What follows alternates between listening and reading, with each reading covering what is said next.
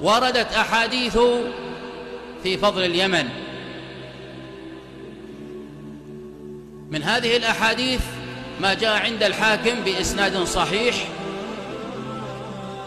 أن النبي صلى الله عليه وآله وسلم لما نزل قوله تعالى يحبهم ويحبونه أشار إلى اليمن. وصح كما في مستدرك الحاكم أنه قال رجال أهل اليمن هم خير الرجال. وصح عند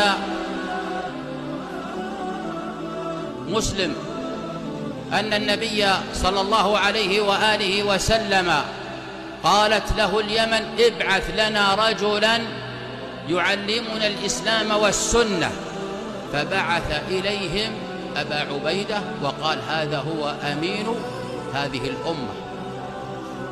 وجاء في صحيح مسلم أن النبي صلى الله عليه وآله وسلم أخبر أنه يذود الناس بعصاه عند حوضه ليشرب أهل اليمن. وجاء في الصحيحين قوله صلى الله عليه وآله وسلم الحكمة يمانية والفقه يمان والإيمان يماني. وجاء عند الطبراني بإسناد صحيح أن النبي صلى الله عليه وآله وسلم قال إن الله ولى وجهي قبل الشام وولى ظهري إلى اليمن، فقال يا محمد إني جعلت ما تجاهك غنيمة ورزقا وما خلفك مددا. وجاء عند أحمد قال عن أهل اليمن قال كأنهم السحاب هم خيار أهل الأرض.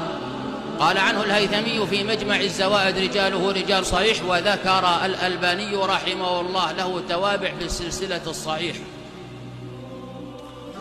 وجاء في المسند أن النبي صلى الله عليه وآله وسلم كما صح عنه قال الشرعة في أهل اليمن، يعني العلم في أهل اليمن.